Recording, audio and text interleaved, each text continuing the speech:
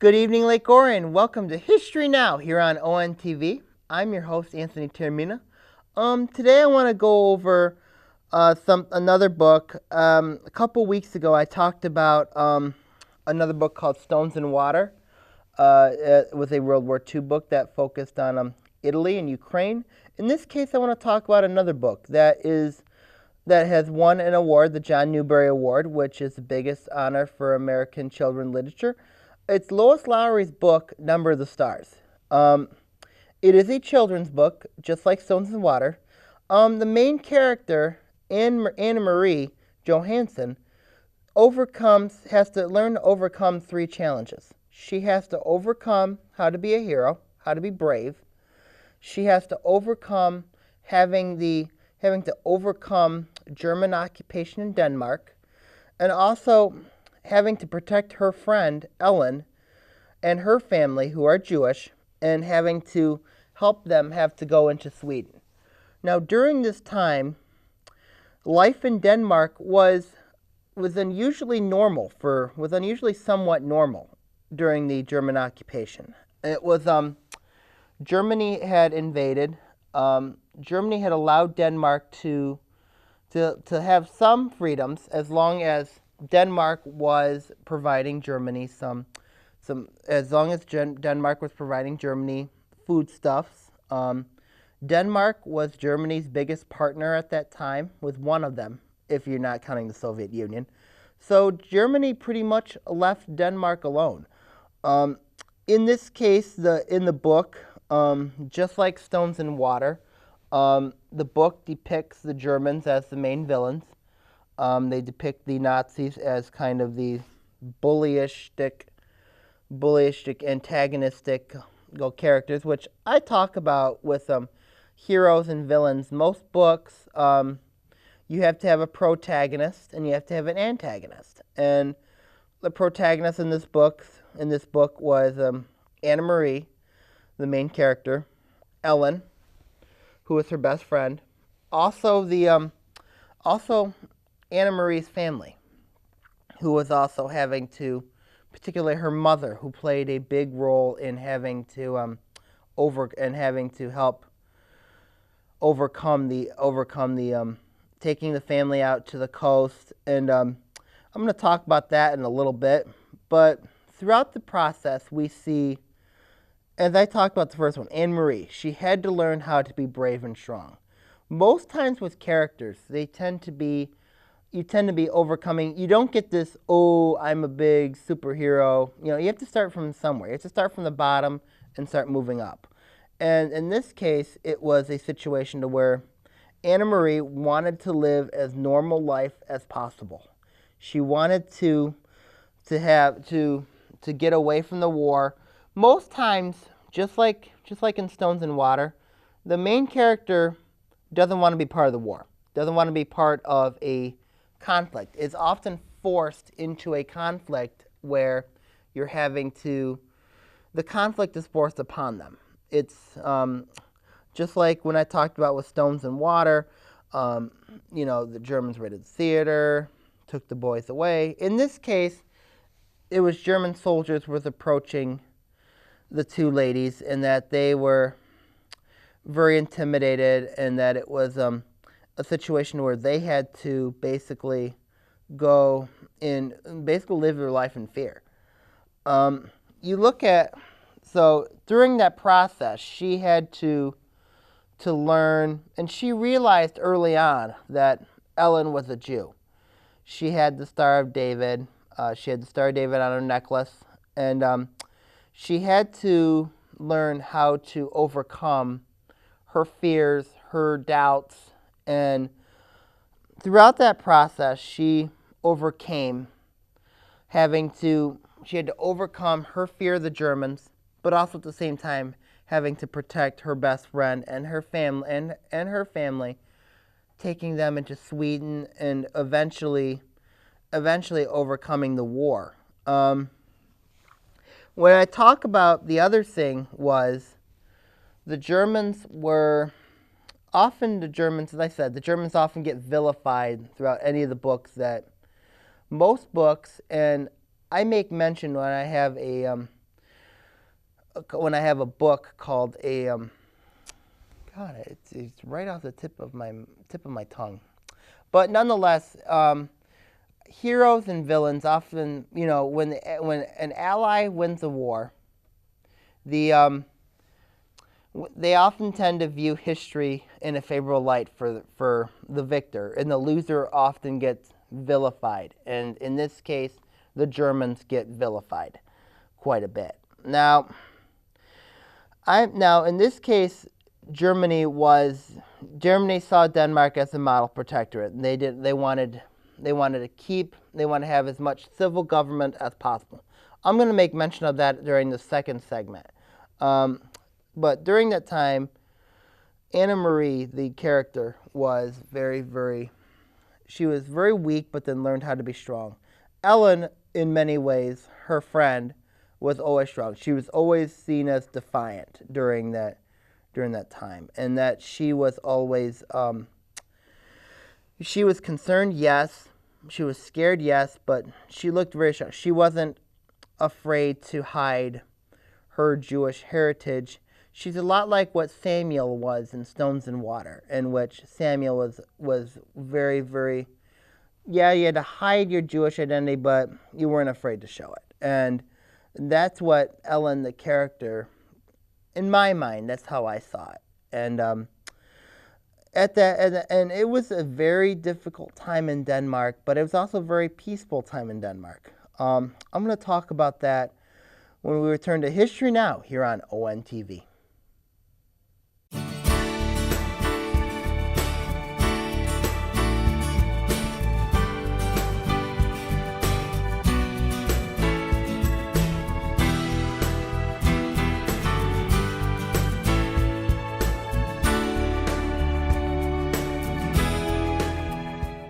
Welcome back to History Now here on ONTV. I'm your host, Anthony Taormina. I want to talk about the setting of Number of the Stars, which actually takes place in Denmark during 1943. But it's very important to go and have the history of what was going on in Denmark. Because in 1940, during the invasion of Norway, Germany also invaded Denmark. Now, it was not like the invasion of 1861 when Germany was attempting to unify its country, and they ended up crushing Denmark. But in this case, there was small resistance from the Danes. There was small to little resistance. Copenhagen was taken in 12 hours. There was little to pass, and the Germans were very shocked. The Germans thought that they were going to expect to have to fight to get into Denmark, but with the small resistance, Germany ended up easily occupying Denmark, but allowing its government to run it. They did not overthrow the government. They had the government of King Christian X basically keep power throughout Denmark, but under German supervision, German surveillance. In many ways, Hitler ended up viewing Denmark as the model protectorate, in which Germany envisioned this is how the other countries were to be ruled. And in this case, because Germany saw Denmark as part of their Aryan brothers, and that Germany wanted to be as light as possible on Denmark, they even left their Jews alone, fearing that it would cause protests, that they allowed the Jews to run freely. But even though the Germans did not like that they allowed the Jews to be left alone, they were more concerned with the economic benefits that Denmark provided for them, that they were more focused on wanting Denmark to be as calm and peaceful as possible. Now, they tried to be the same in Norway, but as you saw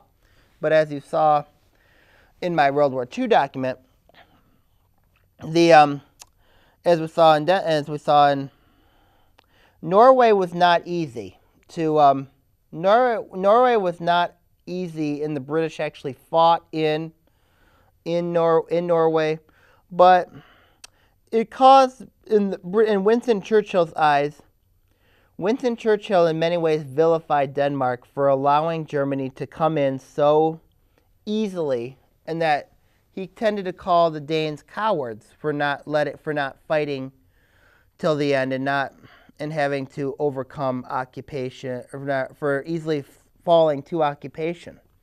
Now, there were some British agents in Denmark during that time, just like there were German agents in Denmark. So they had to, but the British ones had to go underground. There was also a Danish resistance. During occupations, I talk about freedom of the press was restricted. Actually, I take that back. There was some small freedom of the press. They allowed the political parties to form. Denmark did have a Nazi party.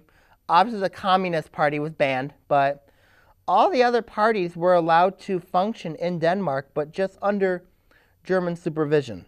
The Germans had a plenipotentiary, and which is like a supervisor, which is like a German envoy to the country, which was like an envoy to the country.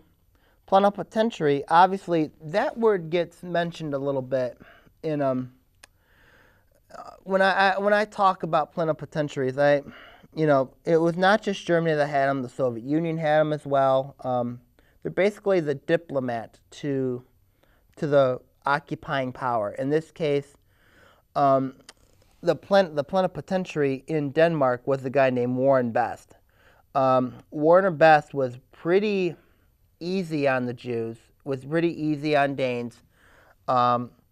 He was seen as the perfect kind, not the perfect, but like he was seen as a respected, very open-minded towards the Danes. Wanted to keep things as stable as possible in Denmark. Now, it would not be until 1943 things began to change. In 1943, Hitler sent King Christian X a birthday gift but the King of Denmark ended up replying with a simple thanks. That infuriated Hitler, whom Hitler himself, a narcissist, saw himself as he was giving this great leader a special happy birthday, and the King of Denmark, King Christian X, seeing it so passively, was simply saying thanks. That enraged Hitler. So Hitler implied more economic pressure. He implied a new plenipotentiary, Eric Scandinavius, into power, and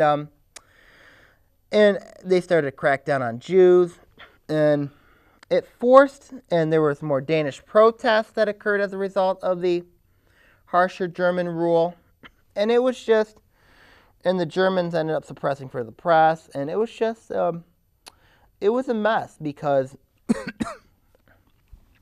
many Danes were not happy with the new rule that was going on in Denmark. And there was also a Danish resistance movement that took place as a result. In Number the Stars, and I'll make mention of this in the third segment, Anna Marie's family, several of them were part of the Danish resistance. Her brother and also her sister were part of the new resistance, and her husband was also part of the new resistance, or the Danish resistance.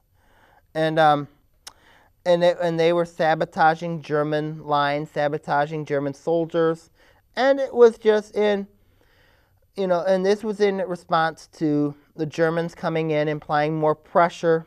They also attempted to locate Jews, which the Danes saw themselves, no matter the religion, you were Danish. So the Danes did all they could to protect their Jews, which was very low at the time, which was very low, but they were still considered Danes, and the Jews saw themselves as Danes first. It's just like with Germany with their Jews. The Jews in Germany saw themselves as Germans first. It's the same with the Danes. So there were many attempts to locate the Jews, but many times the Jews were not home. Families were hiding Jews. Families were were taking the Jews to other areas, and especially near the Swedish coast. Many of them, and this was no different in Number of the Stars. They were ending up taking. Anna Marie had Ellen in her house with her family, and Peter, which is Danish resistance, was hiding Ellen's family. Many Danes were hiding their Jews away from the Germans. In fact, the Danes only captured, or the Nazis, captured only. They only captured about 200 Jews, and instead of sending them to extermination camps like Auschwitz, they sent them to concentration camps in Germany, and the Danish Red Cross kept up to date with them. They kept in contact with them. The government, so at that time, Parliament had dissolved in 1943. Denmark was now under total German occupation, but the Germans wanted to keep Denmark as stable as possible. And quite often or not, the Germans were they were seen as bullies in the book, but they were very, very passive until 1943. You got to give credit, though, to a German minister, Ferdinand Duckworth, I believe his name. Yeah, Duckworth. He was rewarded by the Jewish Council and also by Israel for warning ministers and warning Danes about the impending doom that was coming to the Jews. So Duckworth, though a German minister, was warning Danes about what was going to happen, and it allowed Danes to hide their Jews, and to send them to Sweden, and to hopefully to get passage into Sweden. Now, Sweden at this time wanted absolutely nothing to do with transporting Jews from Denmark or Norway. They didn't want to be seen as a safe haven for Jews. When they found out what was going on, they said, okay, we'll take your Jews. We'll take until after the war. And Sweden was okay, but you have to go at your own risk. We're not risking our relationship with Germany for this issue. So Sweden ended up indirectly allowing Danes to bring their Jews into Sweden, while at the same time continuing relations with Germany. A lot of that involved trade. So many Jews were shipped over to Sweden. And when I go over the third segment, I'm going to talk about the challenges in overcoming. I'm going to talk more about the overcoming and what happened after the war, and what happened here, and what happened with Anna Maria. Did Ellen come home? I'm going to ask that question here on History Now, here on ONTV.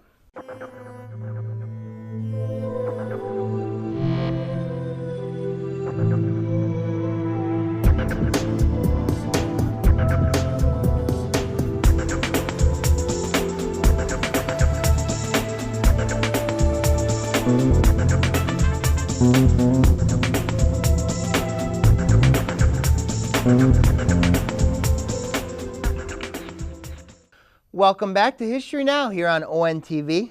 I still want to continue talking about Number of the Stars by Lois Lowry.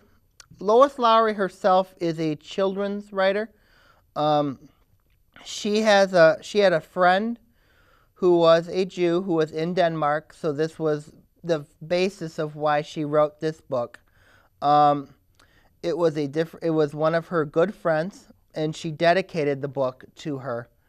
And her intention was to encourage readers to explore what was going on in Denmark, and to get an idea of, hey, this was what life was like in Denmark during the German occupation, during how the Germans were treating the Danes, even though I've argued that the Germans were light on Danes until 1943. But But also, I want to talk about what was going on with Sweden at that time. All the Jews except 200 were deported to Sweden. And during that time, in the Holocaust, Denmark had the lowest death rates in the entire Holocaust. A lot of that was because all the Danes were taking their brethren, the Danish Jews, out to Sweden. But also the Danish Red Cross kept a close eye on what was going on in those concentration camps. And the Germans needed good relations with Denmark. And they were, upon seeing what was going on, and the majority who died were older civilians and also younger children, but older civilians who did not have a way out of Denmark, or who chose to stay in Denmark when the Nazis were coming in and arresting civilians, or arresting Danish Jews and deporting them to Germany. Now the question is, did the Jews from Denmark come back home after the war? Most did. Most of them did come back home after the war. Most of them lived. And in this case, in Denmark was a free country, was a free Western country. They were part of NATO, that they were not in that Eastern Bloc, and that Denmark was allowed to live in peace. Now, Germany has tried to make amends to Denmark over the last several years. And Germany and Denmark enjoy pretty good relations to this day. As I said, there was numerous changes in Germany that took place, the Cold War, but also there was changes that, Germany and Denmark enjoyed and they still enjoy pretty good relations to this day. In this case, with Number of the Stars, Ellen and her family did return to Denmark. Families throughout Denmark kept an eye on the homes of those who had left because of the attempted deportations. They kept them clean until they returned home. Now, some did not return home. Some stayed in Sweden, but most returned home to Denmark. I want to believe that Ellen and her family returned home and lived as normal life as possible. But Anna Marie had to learn how to be brave and strong throughout the book. And you see that gradual process of her not wanting to be involved in the war, to being forced to being involved, having to protect her best friend, having to protect her family. And this is a classic story of basically you're starting out not wanting to be involved, and then you get stronger, and it's like you tend to be in a weak position, but then you get stronger and stronger and stronger as you go on in the book, until the point that she learns a lot about herself. She learned how to be brave. Her family already brave to begin with. A lot of trickery. The Germans would raid her house looking for Ellen and her family. Anna Marie's family being smart, disguising Ellen as one of their own, as a sister, Lise, who was killed by the Germans because she was ran over as part of the Danish resistance. Her husband Peter also having to overcome. It was also part of the Danish resistance against the Germans, and he himself would later be killed during the war. But you look at that; it's a process of getting stronger and stronger as a character throughout the book, and that's what That's what Lois Lowry's message is. Your main character is going to get stronger and stronger and stronger personally. Not just in a physical standpoint, because there's not a lot of fighting in the book, but from an emotional standpoint, from a mental standpoint, she has to learn how to be strong for her family, for her friend, and she overcomes that. She overcomes that challenge of having to overcome the Germans, having to be sneaky, and to eventually, with her goal, which is to give Ellen and her family to her uncle, where her uncle will take the Danish Jews over to will take Ellen, her family, and other Danish Jews over to Sweden. So throughout that, so that's kind of what this story is about. It's very similar to Stones in Water in terms of the main character in Stones in Water had to overcome numerous challenges throughout the book to eventually get to his goal, which was to get back to Italy. Now, obviously, the question here is that what happened afterwards, and she ends the book after the war in 1945 when World War II was ending. Denmark was one of the last countries to get its liberation or its independence, and so you have to ask yourself about what truly did happen. I tend to believe Ellen and her family returned home to Denmark and lived a normal life as much as possible. And, and the book tends to seem to go down that route, but we don't really know for sure. But as I said, Denmark was able to survive the war pretty much. I wouldn't say they survived unscathed because the Danes did have to scuttle their ships after 1940 and then again 1943.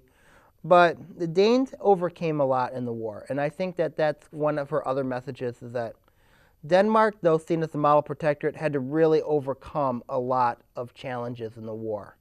And as I said, you don't get to see it from the perspective of a non-ally, because Denmark was seen as a non-ally during the war. And so it's just another perspective of what was going on in another country during World War II and what the challenges were going through in terms of having to resist German occupation but keep that balance. I encourage readers to read this book. They read it throughout elementary school and middle school. It is a great book to read, and it reads a story about perseverance, overcoming, and enduring challenges. Well, I'm going to head on off for the evening. I'm Anthony Taormina. Have a great night, Lake Orion.